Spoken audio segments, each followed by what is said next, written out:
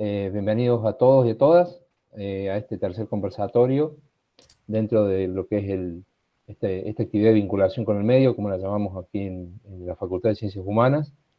Y bueno, nos es grato poder haber llegado a esta instancia donde bueno, ya transcurrimos la primera etapa, podríamos llamarle, vinculada a los derechos, a los paradigmas sobre el derecho ambiental, sobre los que se fundamenta el derecho ambiental, y después, bueno, sí, lo que es un poco el análisis de la ley de bosques, que es lo que nos convoca en este proyecto, lo que es objeto de preocupación.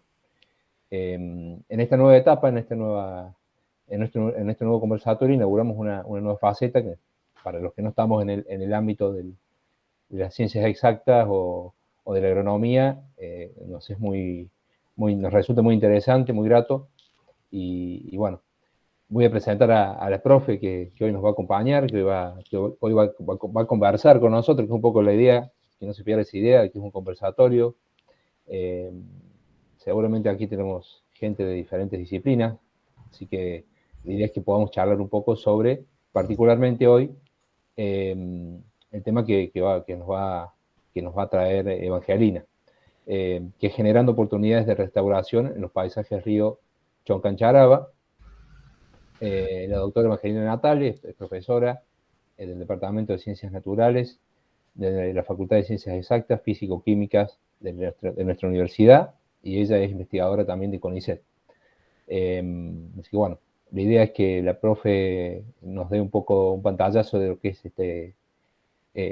esta área protegida que tenemos y que por ahí muchos no conocemos, y que nos va a servir ya de puntapié para entrar a la última etapa del proyecto, que es quizás hacer una intervención en el lugar para poder realizar una plantación, y bueno, sería lo lógico, lo soñado por todos los que inauguramos este proyecto. Así que bueno, Evangelina, todo tuyo.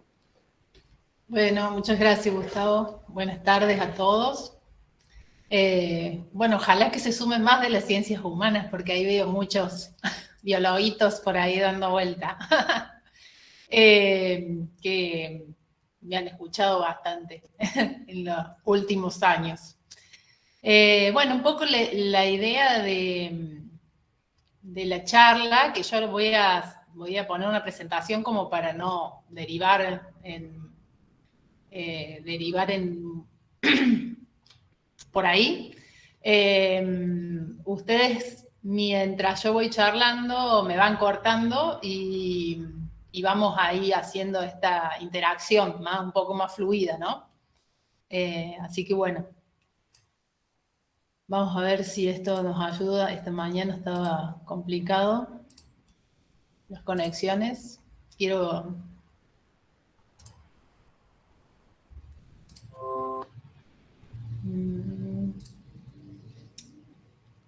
Ahí no sé si lo ven. Sí, perfecto. Yo lo pongo así los veo un poco también.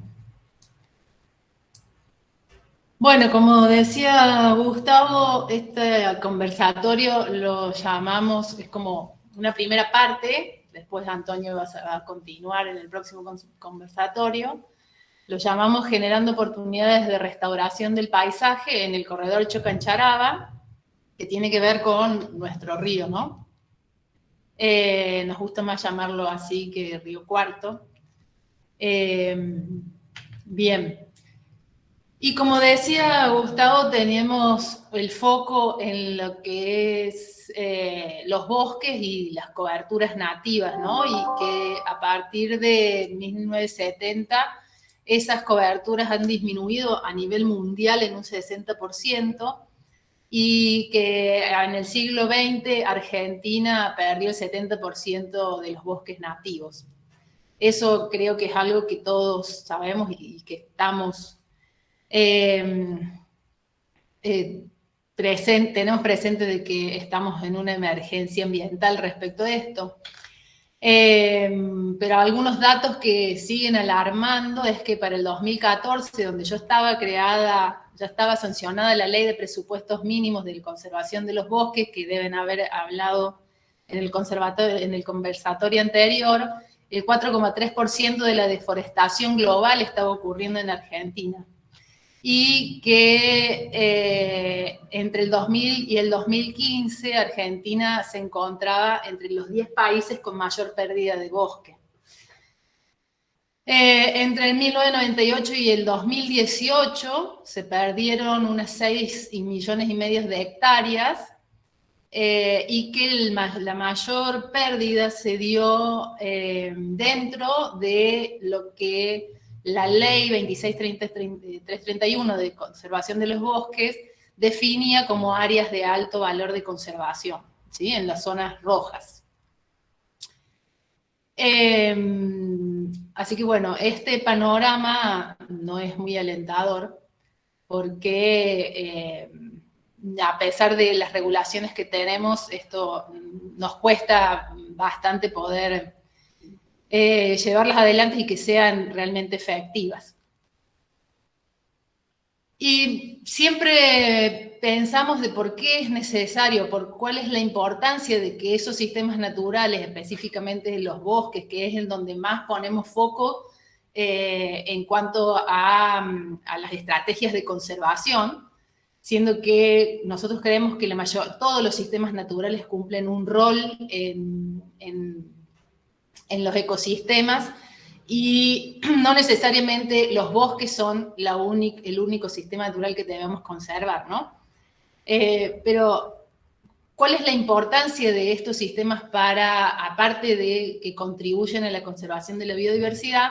Es que obviamente proveen de servicios ambientales. Si uno habla de bosques, de ribera, o habla de pastizales de altura, están presentes todos o proveen de todos estos beneficios ambientales, ¿sí? Desde de limitar la erosión de los márgenes, filtrar aire, amortiguar la temperatura, la polinización para sistemas productivos, generar combustible, proveer de combustible y alimentos, lo que redunda en que tienen un valor fundamental en el mantenimiento de la salud pública y de los sistemas productivos que están asociados a esos sistemas. Esto hace que nosotros tengamos que definir o pensar si los esfuerzos de conservación han sido suficientes para poder mantenerlos. Ya con el panorama que les presenté, se nota que no. Y uno de los esfuerzos de conservación más importantes que están a nivel mundial es la conservación de esos ambientes naturales, que durante muchos años se configuró como la piedra angular de las estrategias de conservación. Que esto a lo largo de los años se fue arraigando en la sociedad, se fue socializando esto de la estrategia de conservación, de creación de áreas protegidas, pero la extensión hoy que tienen las áreas protegidas solamente representan una pequeña fracción a nivel mundial y a nivel de cada una de las naciones, y que no termina siendo suficiente para realmente hacer una conservación efectiva de esos sistemas naturales, ¿no? Entonces surge lo que es la restauración ecológica más fuertemente en 2021, donde se declara el diseño de la restauración ecológica por las Naciones Unidas, como una estrategia que es complementaria a la estrategia de creación de áreas protegidas y que se debería superponer con la matriz urbano-productiva en la cual están inmersas esas áreas. Con la fuerte convicción de que necesitamos recuperar esos servicios ecosistémicos, como decíamos recién, para la salud pública y los sistemas productivos. Si nosotros hacemos un reconto de qué es lo que está legislado y gestionado a nivel nación y a nivel mundial, que está atravesado, digamos, por el convenio de diversidad biológica, del que también hablaron los conversatorios anteriores, los gobiernos de todo el mundo tienen como la meta o el objetivo de conservar el 17% de la superficie de la Tierra, ¿no? Y esto está dado por la meta 11 de la conferencia de Aichi que se dio, que es la que siguió al a la ECO 92, de aquel momento donde se planteó el convenio de biodiversidad, y que ese 17% lo deberíamos lograr para 2020, lo cual sabemos que ya no hemos cumplido la meta, ¿no? Por otro lado, reconociendo esta interacción entre áreas protegidas, territorio, sociedad, y hablando más de lo que es un socioecosistema, en la misma reunión, en la meta 7 de Aichi, se reconoce la necesidad de proteger y restaurar la diversidad de especies nativas dentro de las áreas bajo agricultura, ganadería y acuicultura y silvicultura. Un poco respondiendo a lo que hablábamos hace un rato de cómo aparece la restauración ecológica como estrategia complementaria de conservación. No existe una meta numérica, así como sí existe en lo que es la conservación de los sistemas naturales, pero se cree que los objetivos de restauración que se planteen en estos espacios productivos van a ser esenciales para poder lograr los objetivos de desarrollo sustentable y para que refuercen o lleven adelante el compromiso de la década de la restauración de ecosistemas. Entonces, a partir de estudios científicos se recomienda que un objetivo de restauración a nivel mundial en los paisajes productivos sea de al menos mantener el 20% de las áreas nativas dentro de esos paisajes que tienen más del 80% de su superficie convertida. Y en este sentido, Argentina, a través del Programa de Promoción de Conservación y Uso Sustentable de la Biodiversidad, tiene como objetivo impulsar transiciones hacia sistemas productivos que conserven y regeneren la biodiversidad necesaria para el mantenimiento de esos servicios ecosistémicos. Entonces, se ve como imperativo desarrollar propuestas de planificación estratégica del territorio que tiendan a disminuir esa degradación ambiental, a generar conectividad entre áreas prioritarias de conservación o entre parches de hábitat que se reconozcan, logrando así un equilibrio entre la actividad productiva, el crecimiento urbano y la conservación de la biodiversidad y los servicios ecosistémicos.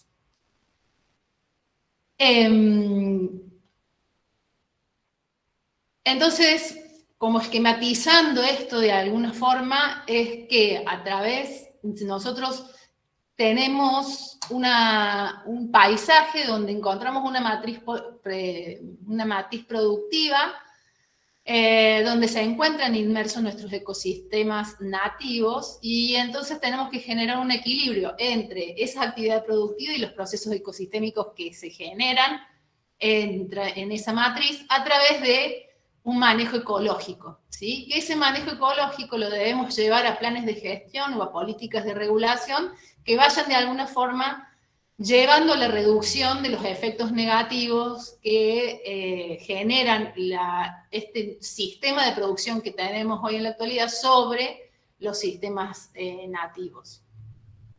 2 segundos que voy a prender la luz.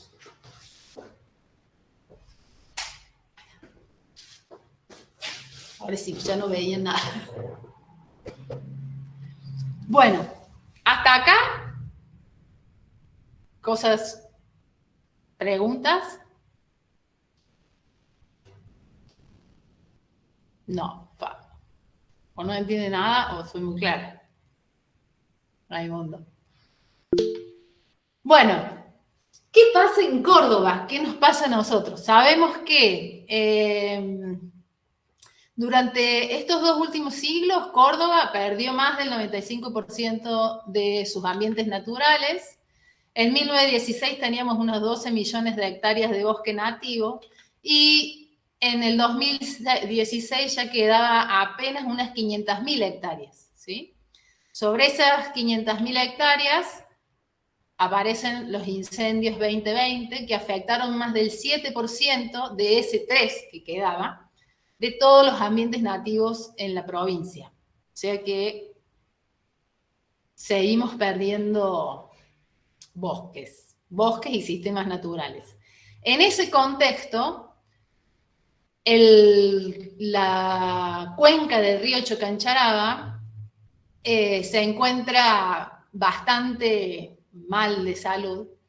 Estudios que hemos realizado con el equipo de trabajo muestran que los únicos relictos de vegetación que quedan en lo que se delimita de la cuenca están asociados a la margen del río Chocancharaba, ¿sí? Y que solamente cubren el 8% de esa cuenca media, que de alguna forma pueden estar funcionando como corredores biológicos. Esos pequeños, eso poco que queda, está fragmentado en más de 340 parches, ¿sí? O sea que tiene una fragmentación muy alta, y el 50% de esos 340 parches tienen un alto grado de degradación antrópica, encontrando que solamente 139 hectáreas de la cuenca media se encuentran en muy buen estado de conservación, que podemos decir que se acercan a situaciones prístinas del bosque xerófilo de espinal, que si ven en ese mapita, son los dos puntitos rojos, o los dos, no sé si ven mi mouse, no creo, ¿sí? Que están acá bien separaditos, ¿sí? Bien. En Cuenca Alta la situación es un poquito diferente, donde el 62% de la Cuenca Alta se encuentra cubierta con diferentes coberturas de vegetación nativa, desde pastizales, arbustales y bosques serranos, ¿sí? El 8% de ese 62% está en buen estado de conservación. Fíjese que son los colores, el color rojo es el que dice que está en muy buen estado de conservación, y que a su vez abarcan el 16% de esa cuenca, de la cuenca alta. El 39% de esas unidades de conservación o esos parches de vegetación se encontraron en mal estado de conservación, pero solamente abarcaron unas 5.600 hectáreas, lo que representa un muy bajo porcentaje de la superficie. Esto demuestra que tenemos, a diferencia de la cuenca media, un muy, muy bajo nivel de fragmentación todavía de nuestra vegetación nativa. Y en general, estos parches en mal estado de conservación se concentran todos por debajo de los 850 metros sobre el nivel del mar, que es donde está avanzando ese proceso de fragmentación a través del avance de la frontera agrícola y urbana, ¿sí? Y esos pocos remanentes se encuentran muy desconectados y muy poco funcionales dentro del paisaje. Bien, así estamos hoy, así está nuestra cuenca del Chocancharaba. Dentro de las primeras estrategias que se dieron para empezar a conservar y a ver cómo revertir esta situación, encontramos la creación, o pudimos concretar la creación de la reserva que tenemos al lado de la universidad, la Reserva Provincial de Usos Múltiples Corredor Chocancharaba, que surgió a partir de este estudio y de una gestión participativa de todas las instituciones, de muchas instituciones que de alguna forma tenían injerencia sobre el manejo del río, ¿sí? Pero como decíamos al principio, la sola creación de las áreas protegidas, acompañadas de un buen manejo de esas áreas, no es suficiente para poder generar estrategias efectivas de conservación. De hecho, son 208 hectáreas en un mar de hectáreas, ¿no? Así que, volviendo un poco a lo que es la restauración, a las estrategias de restauración, y considerando lo que dice la Sociedad de Restauración Ecológica, donde expone que la forma más confiable de alcanzar la restauración es asistir a los procesos de recuperación natural, fundamental, complementando esos procesos en la medida en que el potencial de recuperación natural esté dañado, ¿sí? En ese sentido, presenta algunas intervenciones estructurales del paisaje que permitan de alguna forma la restauración local y paisajística. Por un lado, el establecimiento de parches y trampolines de hábitat que disminuyan la distancia entre nuestros parches de hábitat. Y por otro lado, la creación de corredores ecológicos, de todo esto para generar conectividad entre los hábitats que quedan, o los parches de vegetación que quedan, aumentar el tamaño de esos parches, los que existen, aumentarlos o mejorarlos en cuanto a disminuir el factor de degradación a los que están sujetos. Todo esto sería una forma de aumentar la cobertura de hábitat, ¿sí? También plantea el establecimiento de zonas de amortiguamiento alrededor de esos parches de hábitat y aumentar la permeabilidad de esa matriz que veíamos, que justamente en nuestro caso y en la cuenca media es sumamente impermeable. Y de esta manera poder mitigar lo que nosotros denominamos un efecto borde negativo, es decir, empezar a amortiguar las presiones negativas sobre los sistemas naturales que quedan, o seminaturales. Y eliminar barreras que impiden el flujo biótico y abiótico y crear infraestructura verde. Esto tiene que ver con que podamos eliminar elementos dentro del paisaje que estén obstaculizando el movimiento y la conexión de esos hábitats y crear algunos elementos que promuevan esa conectividad, ¿sí? ¿Hasta ahí vamos? Una pregunta, Evangelina, Sí. que quería hacer. Vos hablabas de la reserva del río, de nuestro río. ¿Dónde empieza y dónde termina esa reserva? La reserva del Chocancharaba. Sí, que vos mostrabas en el mapa. Bueno, para que vuelva el mapa. Perdón, que no te la tendría que haber hecho en ese momento. La reserva del Chocancharaba agarra este parche de muy buen estado de conservación y el meandro abandonado, que le llamamos nosotros, que está en buen estado de conservación, y estos parches que se encuentran del otro lado del río, y estos verdecitos que están con el límite con el Antártida Argentina. O sea, todo esto es la reserva. Esa curva es donde está el barrio Riverside. Esa curva ahí. No, Amarillo. el Riverside está más acá. Ah, bien. ¿Sí? Nosotros, termina, la portada hoy de la reserva está en donde termina la calle 1 del barrio Universidad. Ah, perfecto. ¿Sí? Ese es el límite, digamos, del lado oeste, y en el sureste es el puente Antártida Argentina, abarcando estos parches de vegetación. Bien. ¿Sí? Bien, y a lo largo del río, digamos, ¿hay otras zonas, hay otras áreas?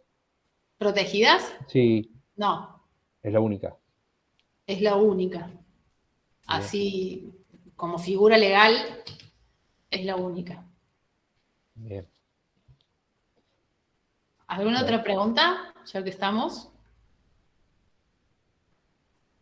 Evangel, perdón. Sí, la otra parte roja, ¿en qué parte estaría?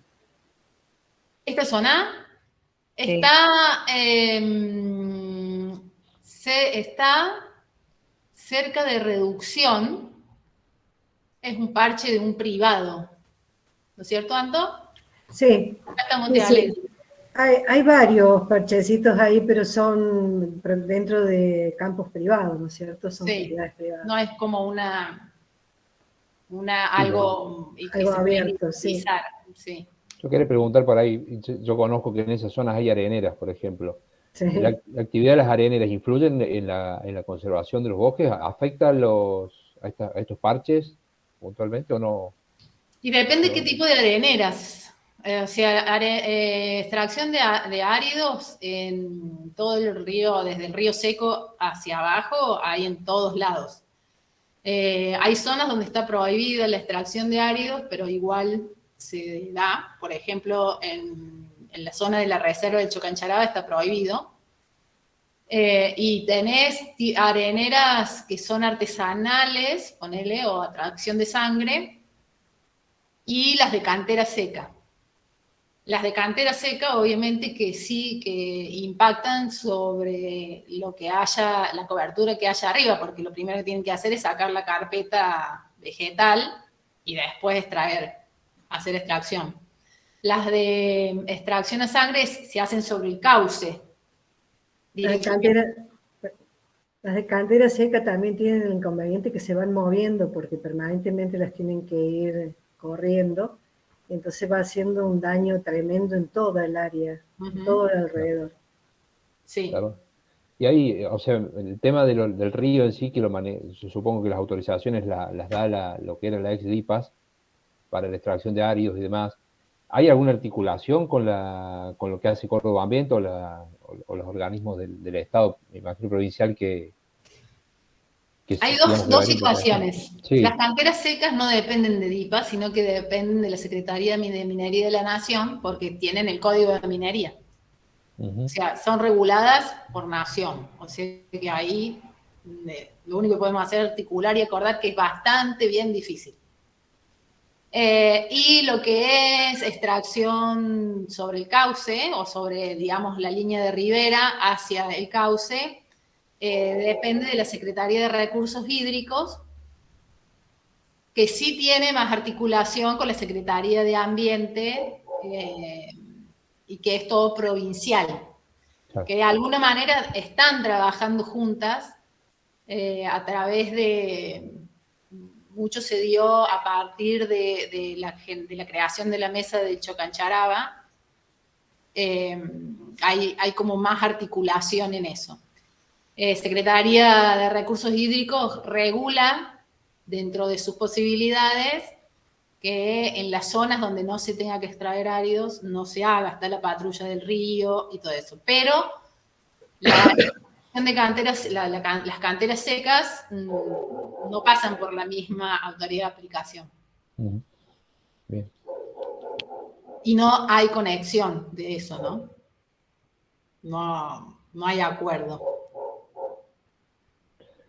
Eso es lo que tanto ruido me hace, ¿no? Cuando hablamos de estos temas, ¿no? Que no haya articulación, me parece que es el meollo donde está el tema, ¿no? El gran problema, me parece. Es una cuestión, una apreciación personal. Pero sí, digo, es inconcebible. Y de todos. Es inconcebible, lo vuelve una cuestión burocrática. Sí, en algún momento se intentó hacer alguna aproximación a la Secretaría de Minería de ahí de Córdoba, que digamos una dependencia de Nación, porque y hay bastantes incongruencias, ¿no? Porque el que quiere explotar tiene que presentar una evaluación de impacto ambiental, pero pasa directamente a minería, mientras que a la Secretaría de Minería, mientras que la Secretaría de Minería debería esperar un dictamen de, por lo menos la Secretaría de Ambiente, porque los bosques que están sobre esos lugares son provinciales, ¿no? Claro. Bueno, y eso no sucede, básicamente no sucede. Tampoco sucede que las areneras se les obligue a recomponer el daño, porque viste que en las evaluaciones de impacto ambiental tienen que presentar un plan de mitigación. Tampoco se las obliga a que hagan eso, ¿no? Perdón que interrumpa, ¿no se las obliga? Tenía entendido que sí. ¿Qué pasa si no lo hacen? No hay manera de... Lo que pasa es que no hay quien las regule. Si a vos no te vienen a decir, señor, usted tiene que hacer la recomposición, no lo van a hacer. Y como históricamente nunca bajó la Secretaría de Minería a decir, señor, tiene que hacer la recomposición. Sí, es un problema de control, en definitiva. Claro, obvio. Sí. Como siempre como en todo. Este país. Sí, como todo. Bien. Sí. Bueno, ¿Algo más? Areneras. Vamos a dejar alguno para más adelante. Es un tema complejo. Bueno, entonces, les contaba que estas eran como las estrategias para la restauración local y paisajística, ¿no? Planteadas por la Sociedad de Restauración Ecológica Internacional, la SER. Bueno, entonces, en este sentido parece lo que nosotros denominamos corredores de paisaje, ¿sí? Que son franjas de tierra o vegetación, las definimos, que difieren del paisaje circundante predominante a ambos lados de esa faja, ¿no? Y podemos encontrar distintos tipos de corredores de paisajes. Desde corredores de recursos ambientales, donde son áreas que mantienen su tamaño natural, y obviamente su composición y su estructura como sistema natural, ya sea arbustal, pastizal o bosque. Los corredores remanentes, que son áreas que tienen ecosistemas nativos, pero que han disminuido por alguna razón su superficie y han escapado de ese disturbio, al disturbio que sea, y entonces quedan como remanentes de esos ambientes naturales. Los corredores de regeneración, que tienen que ver con procesos de sucesión de la vegetación, una vez que se ha disturbado ese lugar, se lo ha abandonado por alguna causa, y entonces empieza un proceso de recuperación natural de la vegetación, y entonces eso se llaman corredores de regeneración. También trabajamos sobre los corredores de plantación, que tienen que ver con franjas o superficies de bosque o de lo que sea, que no son propias del lugar, ¿sí? Que pueden ser productivas o pueden ser, qué sé yo, un camino forestado, lo que digamos que sería como un corredor más bien cultural porque es generado por el hombre. Y también hay corredores de disturbios, ¿sí? No todos los corredores son de conexiones. Hay corredores que generan fragmentación, como los más comunes son las vías de comunicación, los caminos, las rutas, las vías férreas, todos esos también son corredores, ¿sí? De efectos negativos, ¿sí? Entonces, ¿qué tenemos hasta ahora en lo que es el corredor del Chocancharaba? ¿Sí? Aparte de nuestra estrella, que es la Reserva Provincial del Corredor, que ahí se ve un pedacito. Lo que nosotros tratamos de hacer es empezar a ver cómo potenciamos la conservación de este lugar, de esta cuenca, a través y complementamos la creación de áreas protegidas. Si nosotros consideramos a toda la cuenca, como se ve ahí, y teniendo en cuenta los parches en muy buen estado y buen estado de conservación como áreas núcleo, ¿sí? Como áreas de alto valor de conservación, sin tener una figura legal asociada, que de hecho no la tenemos, lo que intentamos hacer es que de alguna forma conectarlos a esos áreas núcleo o áreas de alto valor de conservación, a través del diseño de corredores ambientales, ¿sí? Para esto existen software específicos donde uno le ingresa información de aptitud de hábitat, de resistencia de la matriz, de impactos, etcétera, un montón de capas, y a través de algoritmos matemáticos te genera un diseño de corredores ambientales. Como pueden ver ustedes ahí, explicando así un poquito, el corredor, los corredores que larga el programa, están asociados mucho, o están muy íntimamente relacionados con el río, ¿sí? Y con los parches que están asociados al río.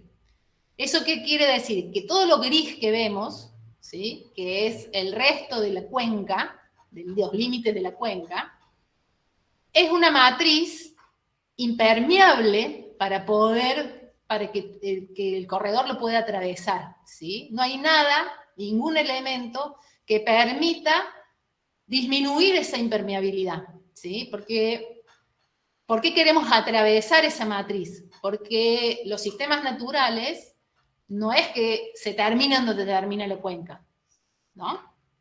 Los sistemas naturales atraviesan esos límites y se conectan con la cuenca del tercero, con la del quinto, ¿sí? Que de hecho este corredor no lo puede hacer, ¿sí? No tenemos posibilidad de conexión. Entonces, a esto le suplementamos otra estrategia, que es la que veníamos hablando, que es las soluciones basadas en la naturaleza, que se llaman ahora, que es la creación de infraestructura verde, ¿sí? Crear corredores secundarios, inducir esos corredores secundarios para empezar a romper la impermeabilidad de esa matriz, ¿sí? Entonces, buscamos áreas subóptimas que puedan ser como trampolines y le decimos a esos programas que queremos que realmente las conecten, ¿sí? Y me tira una red así intrincada de líneas que hace que se empiecen a conectar y que empecemos a atravesar esa matriz impermeable, ¿sí? ¿Hasta ahí vamos más o menos? Eso, Evangelina, es un proyecto, ¿no es cierto? Algo que tienen en mente. Ya está hecho. Ah, ya está aprobado, está reconocido como corredor. Estamos en eso ahora, presentándolo al Ministerio de Agricultura y a Secretaría de Ambiente. Te pregunto porque supongo que implicaría, digamos, tener que desafectar algunos, digamos, territorios que estén destinados al cultivo o a la cría de... Ahí te cuento. Bien. Ahí te cuento. Bien. No es la idea, porque si no estamos en el horno, no lo podemos aplicar ni en palo. ¿Cómo hacemos para implementarlo? La pregunta que hacía Gustavo. Lo que hicimos fue construir un sistema de apoyo para la toma de decisiones con respecto a esto. Hicimos un análisis de las diferentes leyes que aplican sobre ese territorio, desde la ley de agua, la 9814, que es la ley de bosques, la ley agroforestal, la ley de conservación de suelos, y creamos un sistema de decisión, ¿sí?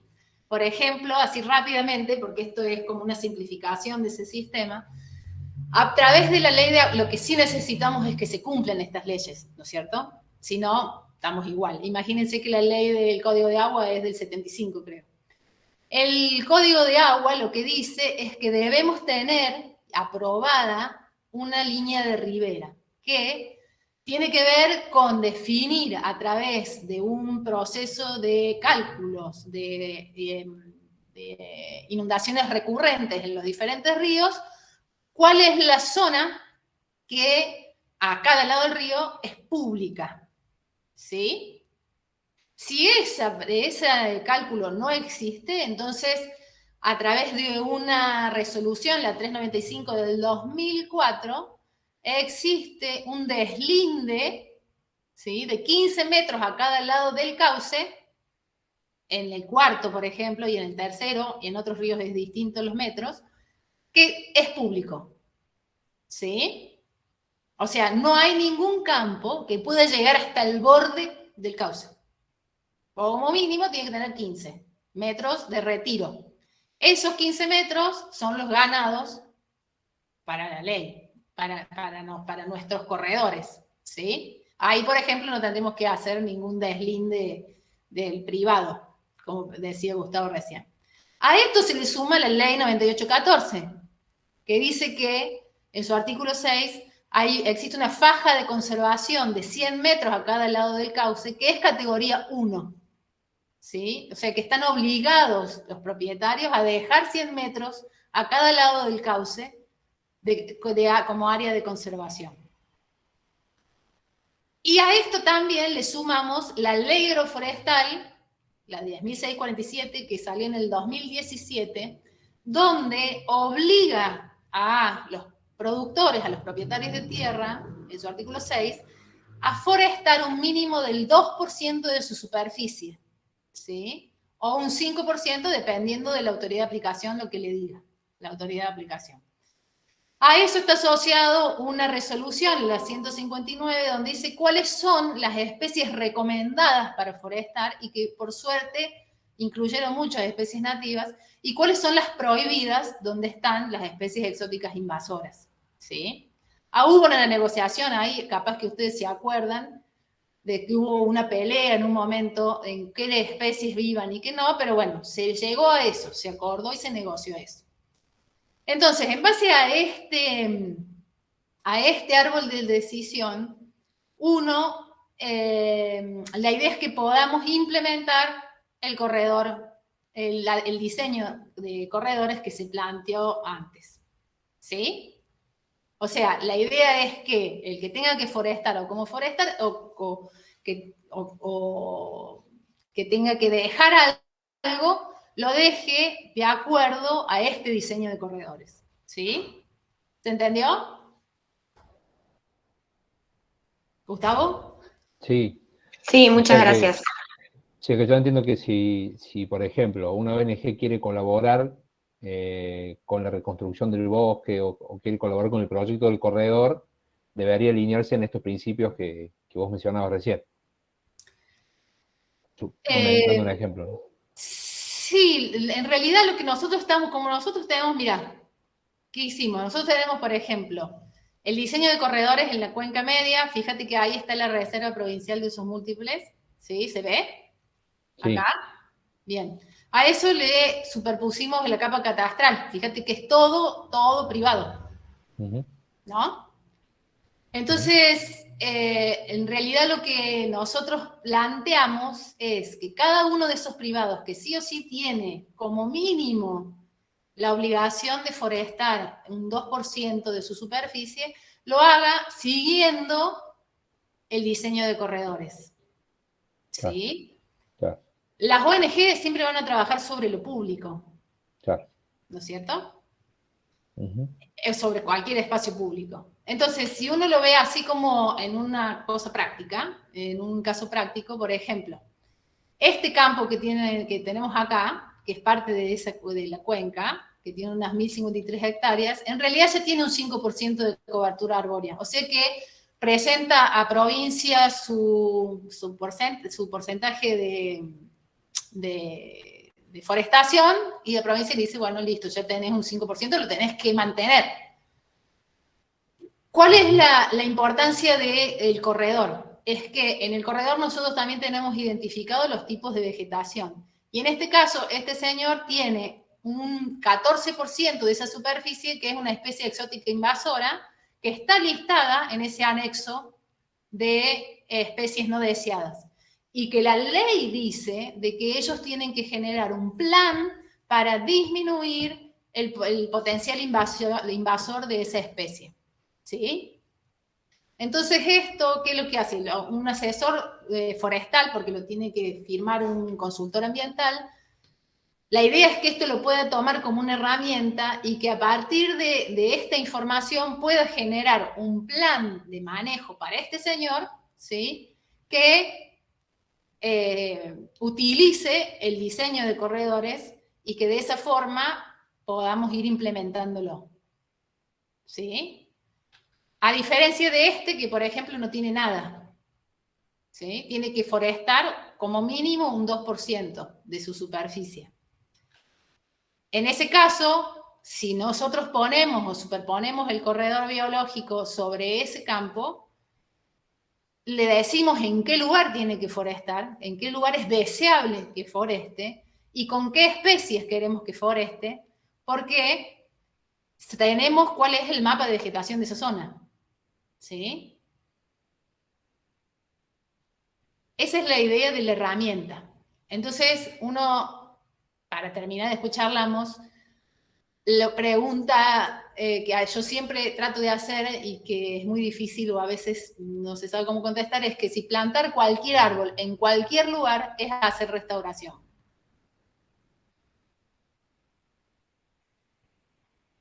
¿Hay que responderla? ¿La quieren responder o la charlamos? Me parece que no, definitivamente. Bien, ¿Qué tal los alumnos de abogacía? Si alguno quiere opinar, también súper bienvenidos. Sobre todo, porque me imagino que los estudiantes de biología, esta pregunta van a estar cancheros. Pregunta final esta.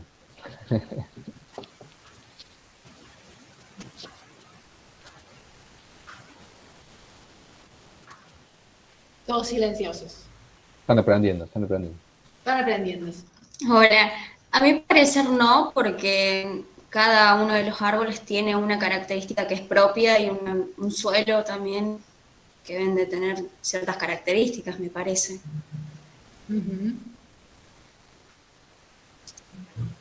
Es así, o sea, cuando uno empieza a ver desde cero de por qué llegamos a la restauración, es como fácil contestar esta pregunta, ¿no?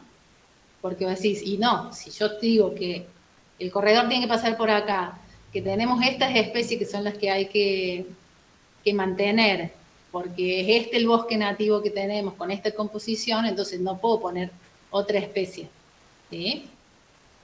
Lo cual a veces, muchas veces cuando vemos iniciativas de voluntariados de forestación, se pierde un poco esto, ¿no? En el ímpetu del hacer, ¿sí?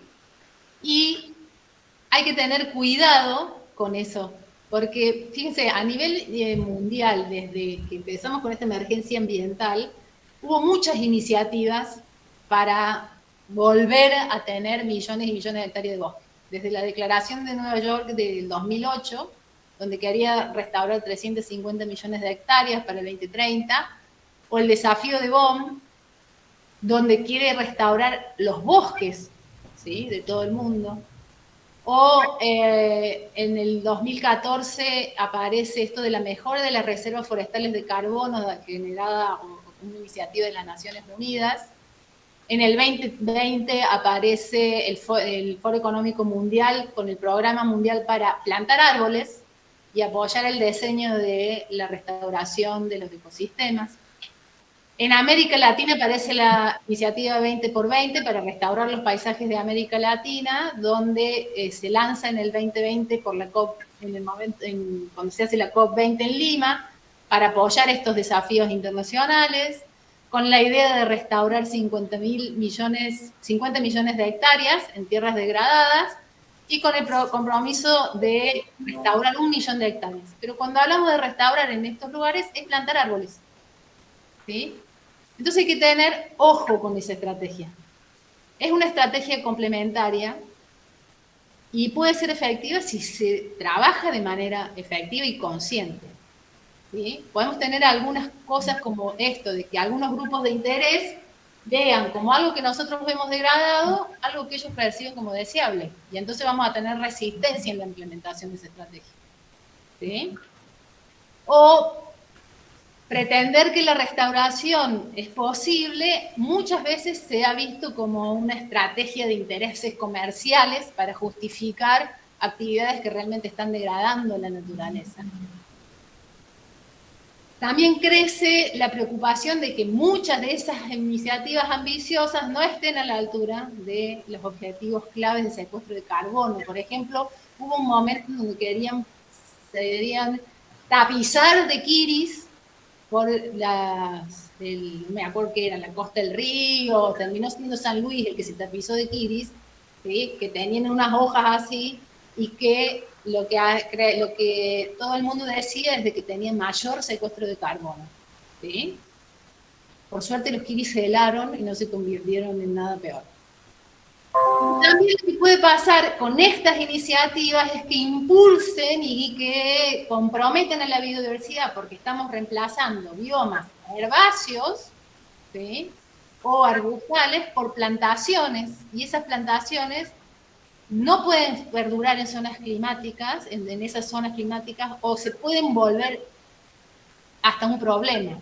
Desde ser extractoras de agua, bombas extractoras de agua, porque donde había un pasto pusimos un árbol, y que obviamente tiene distintos requerimientos fisiológicos, hasta convertirse en especies exóticas invasoras. Y sabemos que las especies exóticas invasoras son uno de los 5 factores de degradación de biodiversidad a nivel mundial.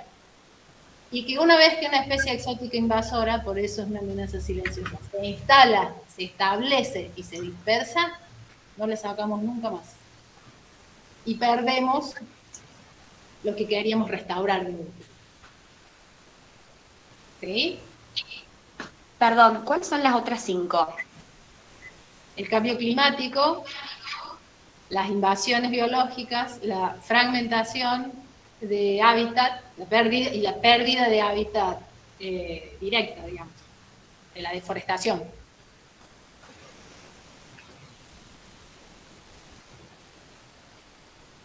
Bueno, creo que nada más. Bueno, Los reté.